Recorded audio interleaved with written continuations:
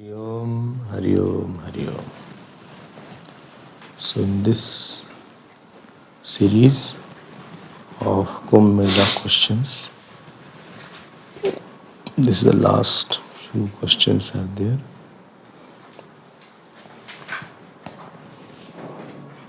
Swamiji, can you please elaborate on what are akhadas and why are they a prime part of Kumbh?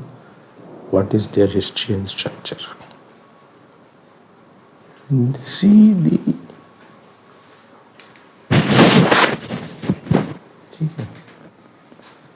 the akhadas are like the institutions are there. Institutions where the saints get the opportunity to study, to go in the scriptures, and they are very old. Some are more than 1,000 years back. The akhadas are there. So they are the one who protect and restore the glory of the Shastras, in short. And there is some training for protection of the Dharma through Shastra and Shastra. Both was there. And therefore this name Akhada came. This is in difference to the regular ashrams, where the difference of this comes is here only. So, regular ashrams or institutions where saints are there, which is Shastra Pradhan, and here it is Shastra and Shastra both is there. So, because the protection aspect was maintained, therefore this was called akhadas. And their relevance, what is the question? What is their prime part of the Kumbh? Because the Kumbh revolves around akhadas actually. Because that akhadas has thousands of saints. And because of those saints only, the glory of Kumbh was restored for thousands of years. And therefore, they have a very big role to play. Institution is that going through which a person gets an infrastructure to give infrastructure to protect his higher sanskar and to not to allow the lower sanskar to come up. That is called an institution. So going through a particular mode of institution ensures that the person is molded. It is a molding facility through which you mold yourself to a more disciplined, devoted person. So if institution is not there, your higher impression will not get expression. So you won't grow in qualification.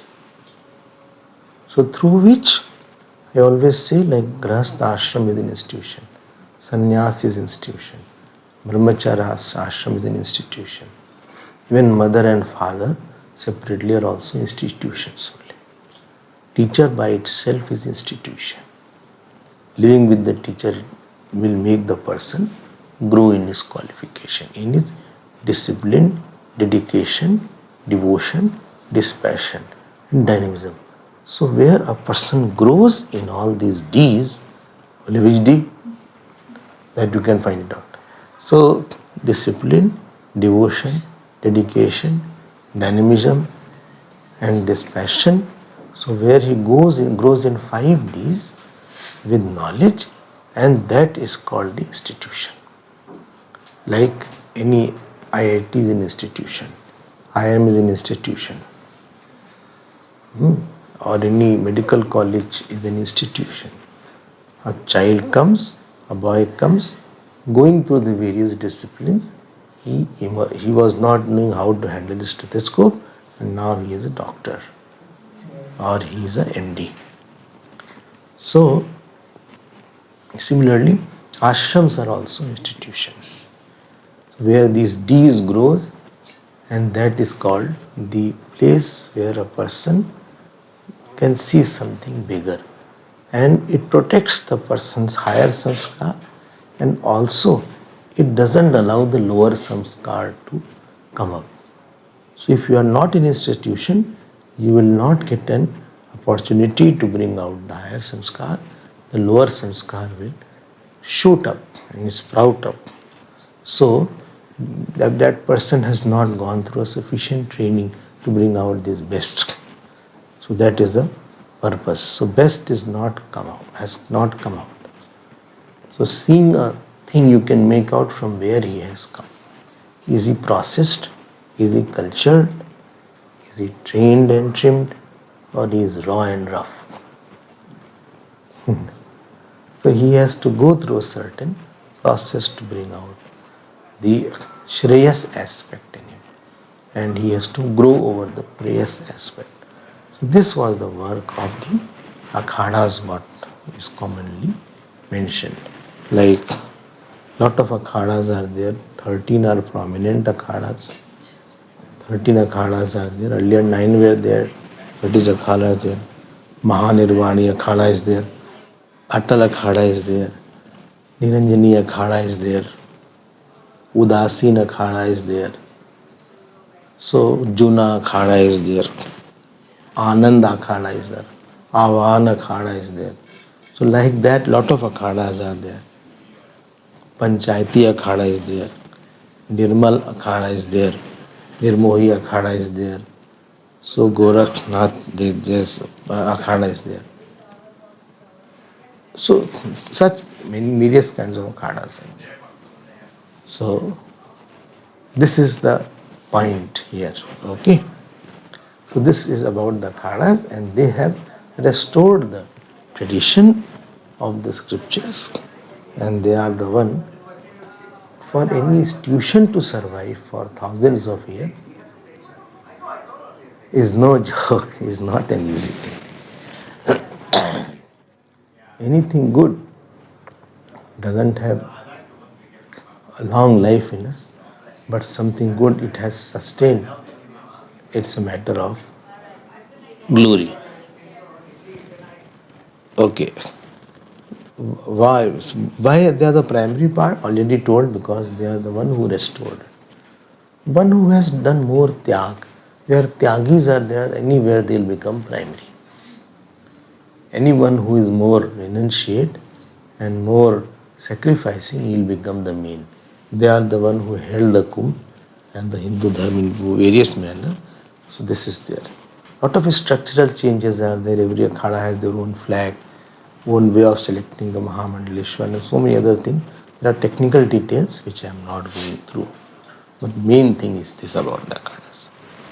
Now next, who are the Nagas and Aghoris? Are they the same or different? What relation do I have with Shiva, and why do I have wheeled weapon if they are same? So Nagas and Aghoris are different. We will see about Aghoris later on. But about the Nagas we will see for some time. Because maybe lot of misconceptions are there about the Nagas. They say, see, the Dharma in general who protects the Dharma is called Kshatriya. But among the saint who protects the temples and the Dharma, they are the militant. They have little militancy, and they are now Nagas. Why they are called like that? Because they are the worshipper of Lord Shiva. And they think that as Shivji lives, if I live like that, then to live like him is to become him, become like him. So as Shivji doesn't have clothes, similarly they also don't have clothes. As Shivji puts on ashes, they also put on ashes. As Shivji wields a Trishul, they also have a Trishul. Shivji has Jata, they also have Jata. Shivji has lot of Rudraksh, they also have lot of Rudraksh. So it is a kind of Bal and Unmatt kind of Jivan that is of the Jnani. So, Nagas are the one, they say Shankaracharya Bhagwan started among Dashnami sannyasis. They are one of the parts of Dashnami sannyasis. So, Naga can be Puri, Naga can be Saraswati, Naga can be Tirth. So, in that also these names are there, like sannyasis have name. But very big difference is there. Whereas any other saint will be holding the scripture, they will be holding the Shastra also. So there is a Shastra and Shastra. Both aspect is in the Nagas. Shastra and Shastra both is there. Why? Because earlier they had seen that the time will come where dharma will be in danger, and therefore they had brought the kind of sadhus who were the protector of the religion, a protector of the temples, etc. They say Bhagwan Shankaracharya had first introduced them, foreseeing the problems which Kali Yuga will have. So Nagas are not generally what we think, some dancing or abrupt kind of people or weird kind of people, and as if the Kumbh is known only by the Nagas. That should not be because we don't know, because these things were not there. But Nagas hold a very high place in the history of India, especially because first of all the Nagas are trained in a very tough manner. Around 12 years is their training. They go through a process of selection, then they go through a process of, their education is there, then they are trained with their own senior teachers are there, they are taught also, they have to take the Brahmacharya Vrat also, then they have to they are taught in the Shastra and Shastra both also. Then there is a lot of other things are there. They do Antyeshti cremation of their whole family. They have to perform Shraddha of all near and dear, including their Shraddha also. Ultimately doing everything, then they get a Bhagwa Guru. One Guru is there who gives them Bhagwa Vastra. Then there is one Guru who gives them Rudraksh, is called Rudraksh Guru. Then one Guru is there who gives them Vibhuti. This is later on. He is called Vibhuti Guru. Then another Guru is there who gives them Kaupin, who takes away the Kaupin. That is called Kaupin Guru. So there are four Gurus are there who, so after 12-13 years they are admitted totally into that particular akhadas. So it's a quite intense kind of training, because to live without clothes in this temperature is no joke. Sometimes they live in Himalayas, and sometimes you must have seen that in Kedarnath also, in the snow some Nagas are there. There are certain videos where certain sadhus and Nagas are there. In that temperature is -5, -10, and they are having no clothes on their body, and they are moving in the ice effortlessly. Because we don't know, so we make fun of them, or we may not know about what is the glory of that. So they have done Agni Upasana actually. They have done Agni Upasana, and through that Upasana, their body naturally has some temperature to bear that.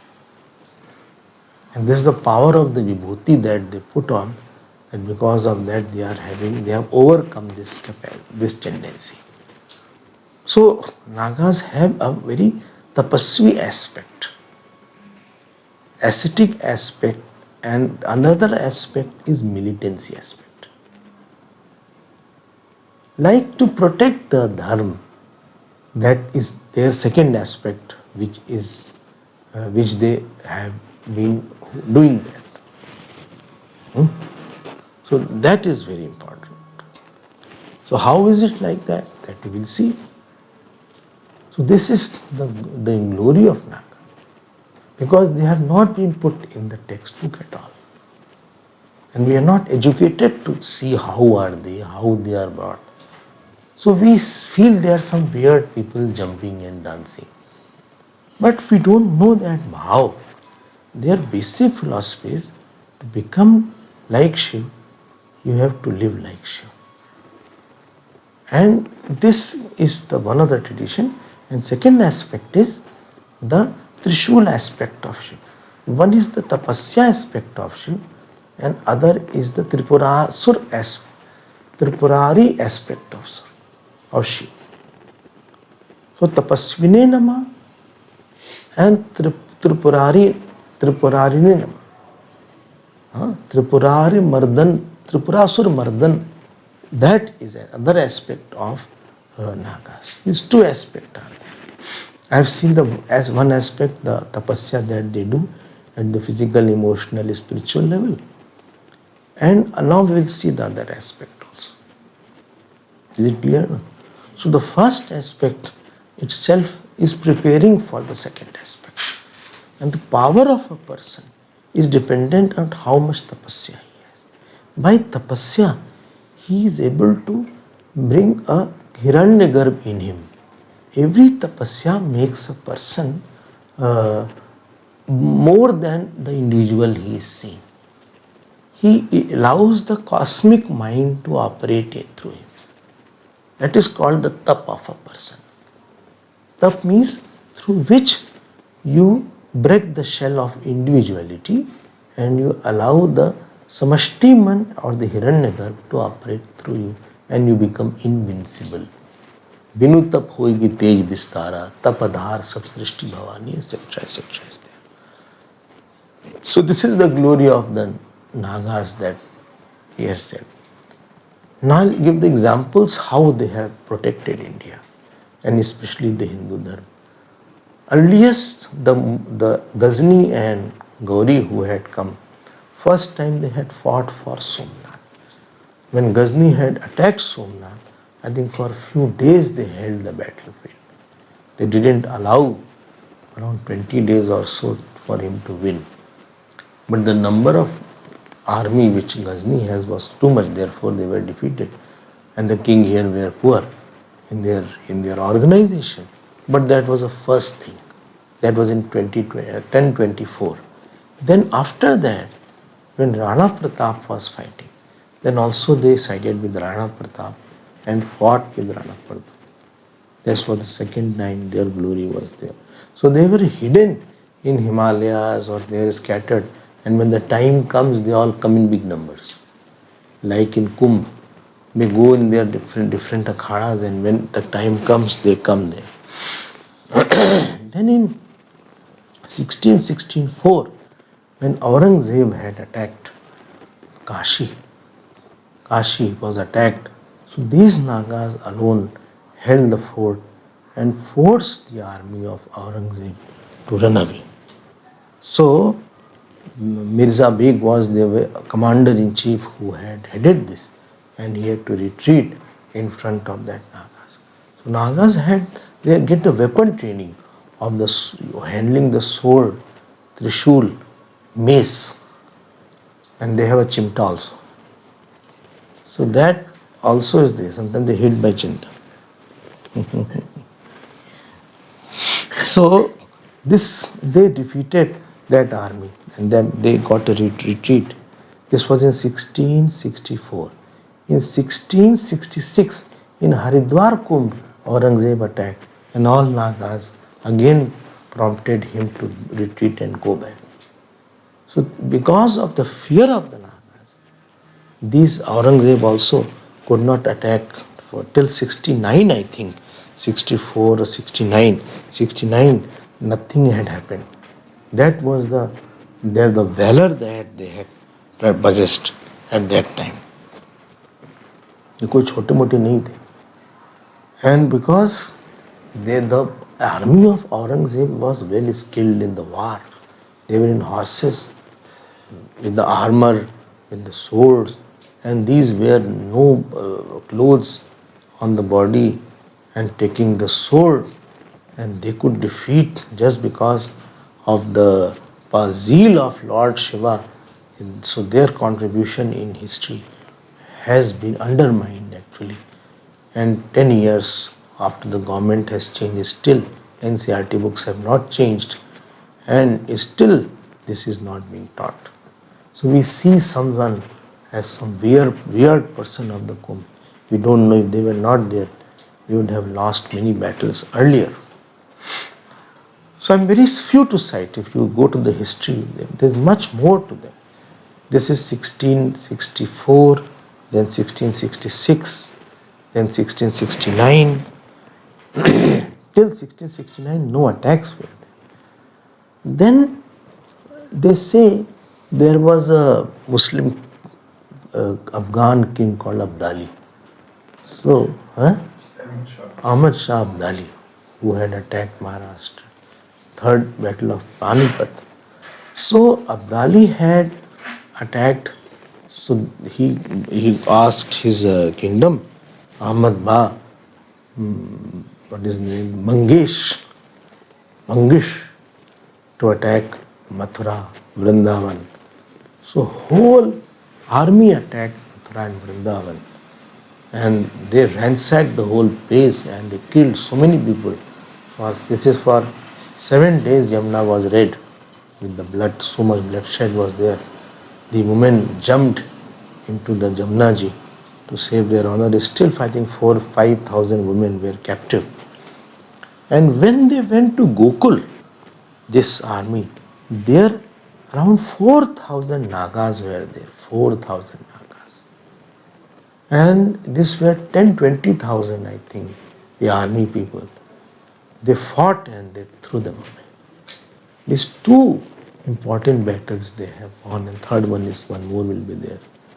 So their contribution is immense there. So the Gokul they could not enter. The army, Bangish became Fungish. So they could not enter into Gokul because they defeated them. So this was the glory. We should know it. The people should know them and have another respect for them. They should see with the eyes of respect. And what I personally feel when I see them, where we are putting 4 or 5 layers of clothes, they are having no clothes, itself is a no joke. It is, and living there, and taking Om Namah Shivaya and going through a discipline is not a joke. So that itself invokes respect for them, that who can be such a tyagi. We don't know the mode of the sadhana, we don't know the mode of the practice, we don't know their contributions. They have been undermined, underplayed. And this happened in 1751. This Abdali came in 1751. In 1757 he attacked Mathura. 51 he came to India, somewhere like that. So this is there. And then they say that, ultimately they joined this Marathas also. And in 1761, in the third Panipat War also they were there. In 1800, there was one Sannyas Sanstha was born. So Sannyas Sanstha was created. And in that Sannyas Utsav, the Sannyas Utsav, Sannyasi Andolan started, and they were the one who fought with the Britishers. In the Buxar battle of Buxar also, the Nagas were there who fought. So this is there. In 1751, so the attack was on the whole Kanpur, Lucknow was burned, and ultimately all the army, Muslim army was there. They went to Prayagraj, and Prayagraj they could not defeat because Nagas were standing there. So there's a big force of Nagas under Rajendra Giri Gosai. So he was the one who held the fort, and therefore they could not attack. And Prayagraj was safe. Like this, many battles. I am naming very few. They have a very big role. And even during the independence movement, the non-cooperation movement also, they were the one. And Kumbh Mela was one of the places where the strategy was formed of how will we fight. And these were there. So they have a very important role. And our religion has such a big and wide spectrum, kaleidoscopic view that we don't know. And this is what I say the Kumbh is to be known and seen about that. It has so many angles, it has so many facets, and so many ways of sadhanas are there, and so many kinds of devotees are there, so many kinds of ashrams are there, so many different ways of understanding God is there, that itself makes it very rich. It's a very big rainbow kind of beauty is seen in the Kumbh that is there. And these people stand very tall in that. So much so that all the kings later on wanted that they should be on our side. And the Nagas were in our side. And ultimately it was decided because of their sacrifice. In the Kumbh they will be given the first place to take bath, and therefore it was called Shahi Snan. Mughal word is Shahi, now it is called Amrit Bela Snan. Now the name has been changed now. Shahi Snan. So only after their Snan, only ordinary person can take bath. But they are the one. Sometimes they say, as the question is written, that this question is there, that, how does one understand they have wield weapons?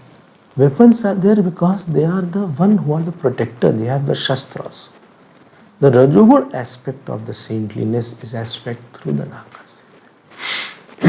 Among the saint also, they have the Rajogun aspect also.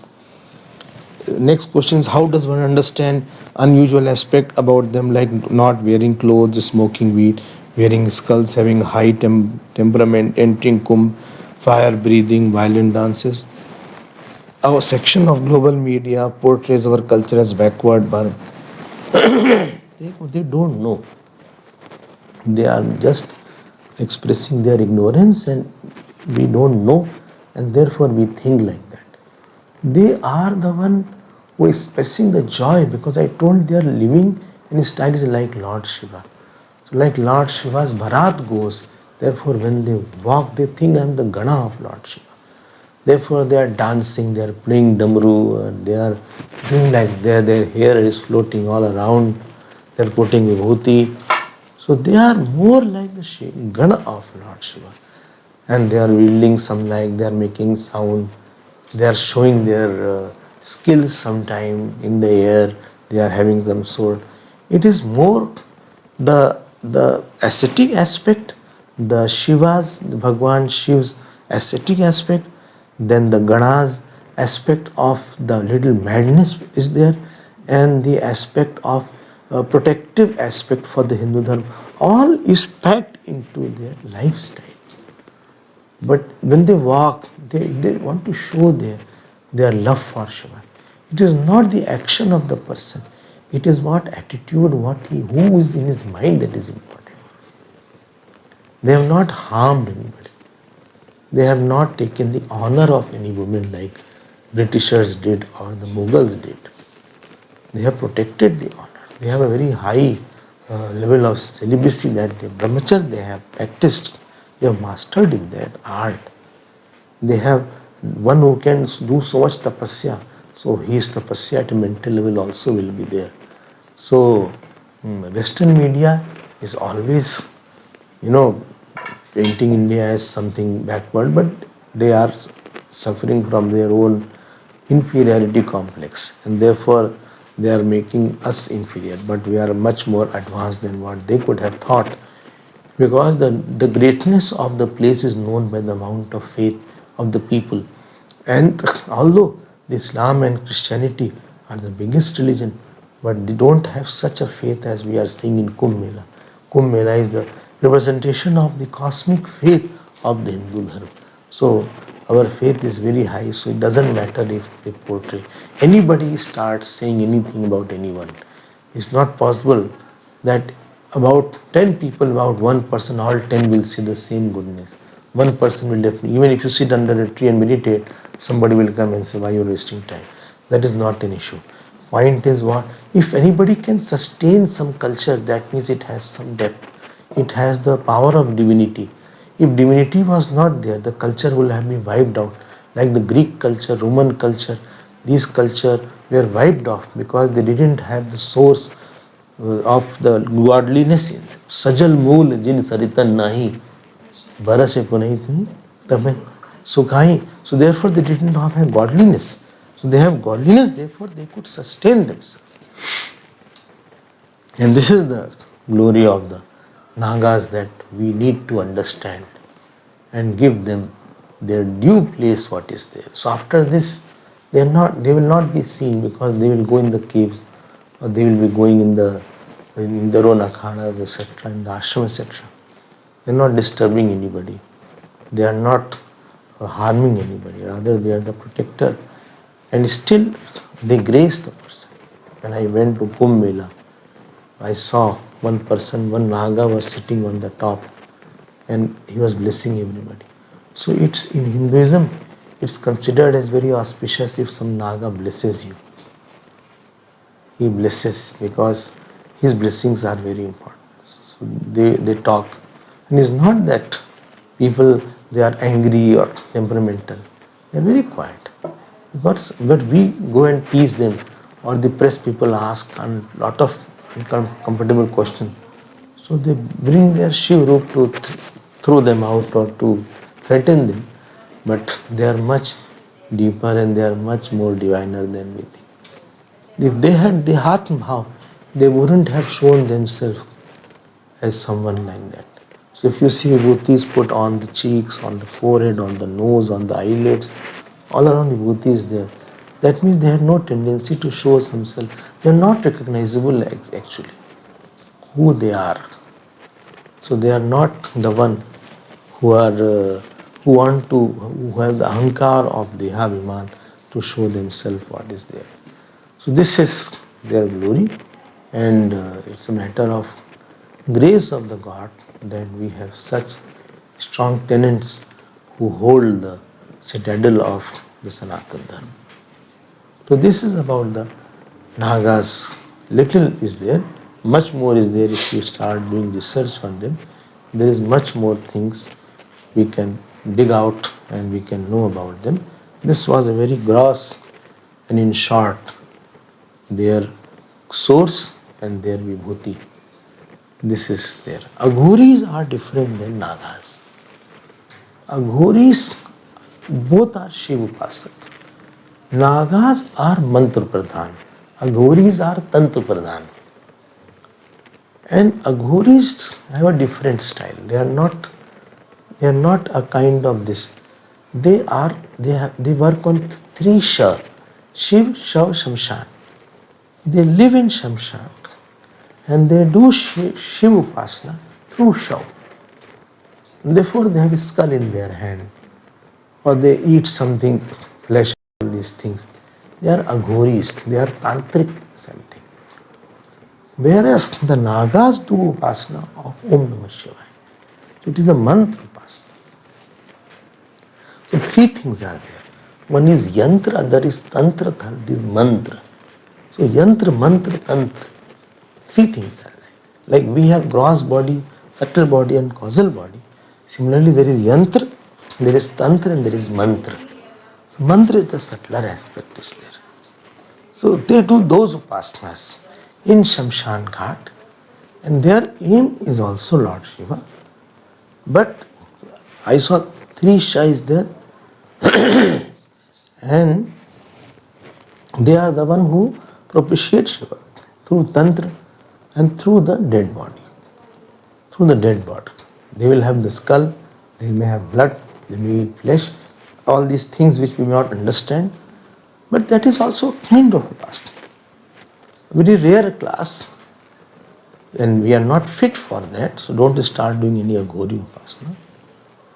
So Aghorebhya, Ghora, Ghoratarabhya. So Shiv's one name is Aghori also, Lord Shiva.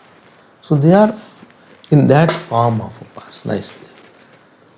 And another difference between Nagas and Aghori is Nagas think that we are now, we have accomplished Lord Shiva. We will die and merge with Shiva. So we will go to Shivlok. Because of their attire, they are forced to remember on Lord Shiva. So you think that he is Shivgan. So their identity is I am with Shiva all the time. But Aghoris are not Vibhuti Pradhan.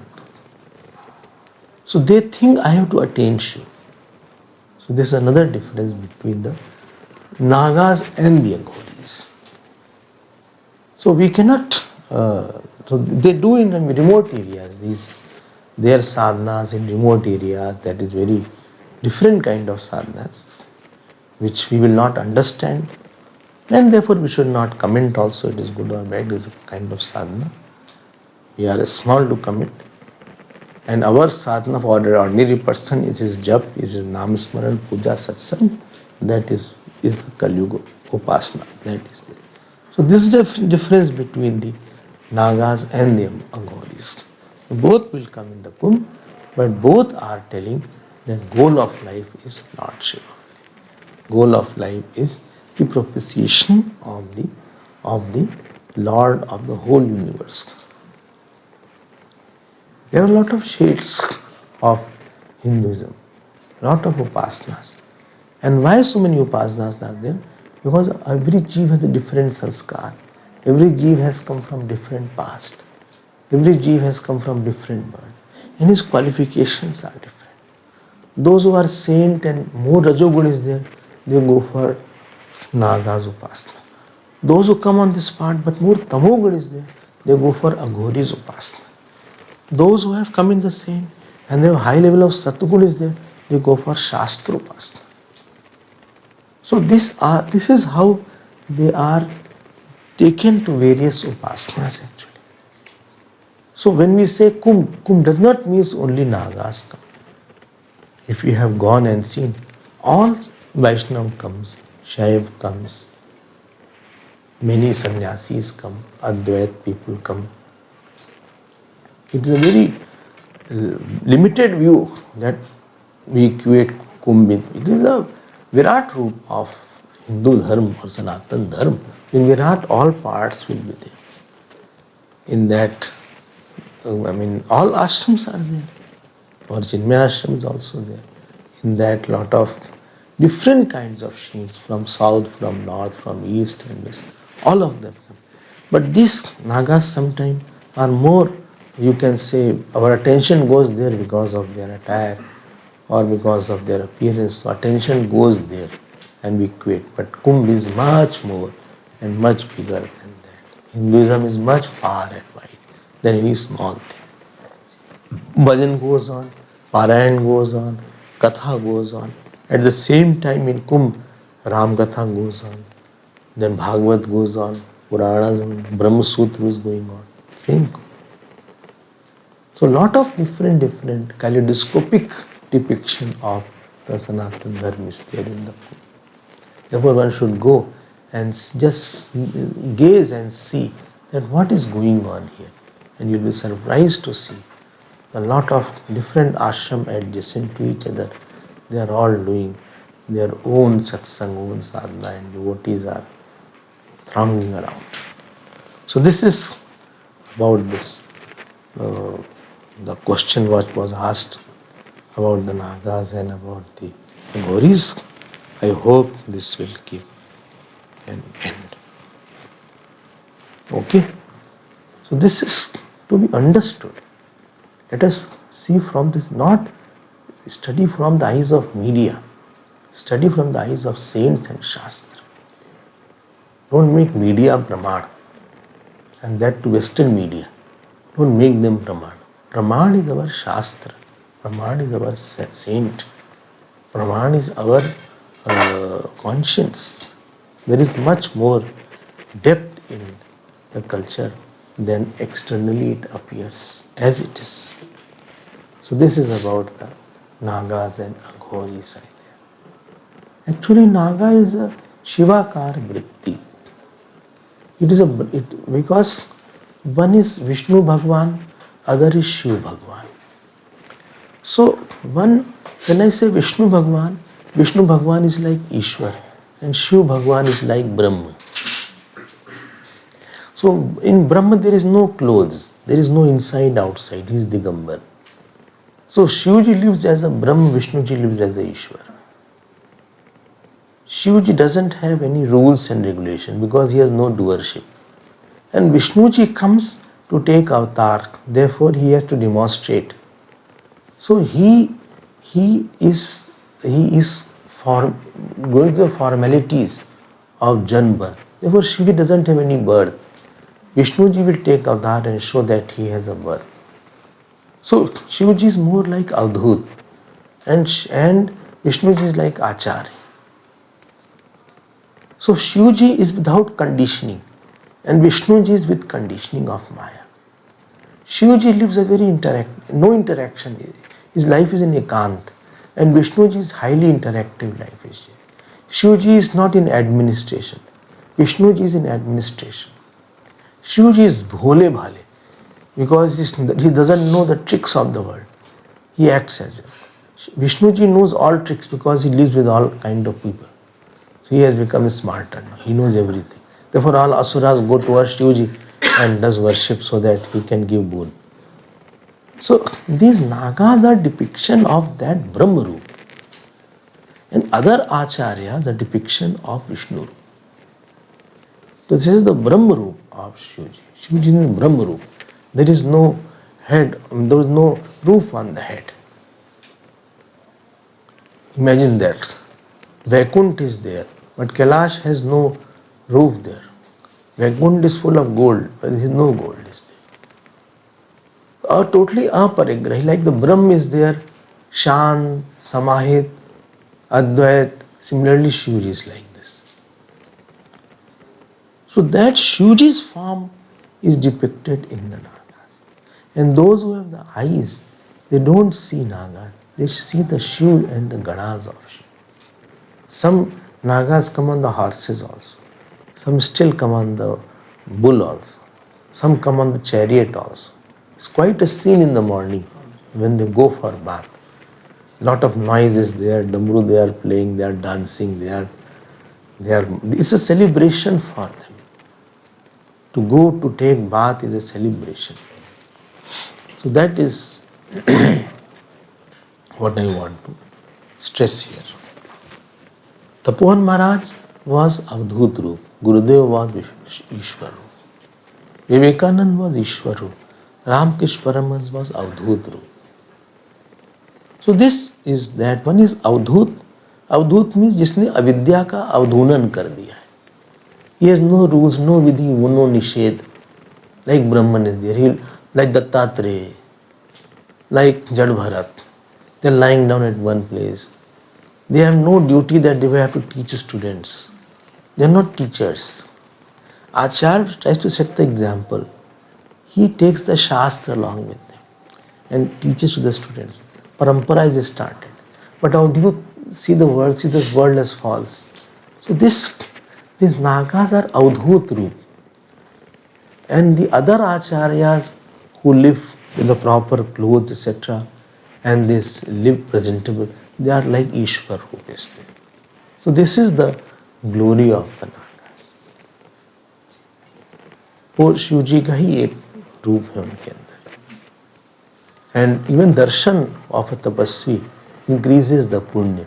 So one who has a Naga darshan, many people go to these akhadas to have darshan of these Nagas, and they are sitting around the dhuni. They have a dhuni also. Dhuni is the Havan Kund is there, and that is where they do their upasana and sadhana. Nagas are not living like Aghoris. Their mantra is Om Namah Shivaya. ये एक उसका presentation है, एक सोचने का ये तरीका है.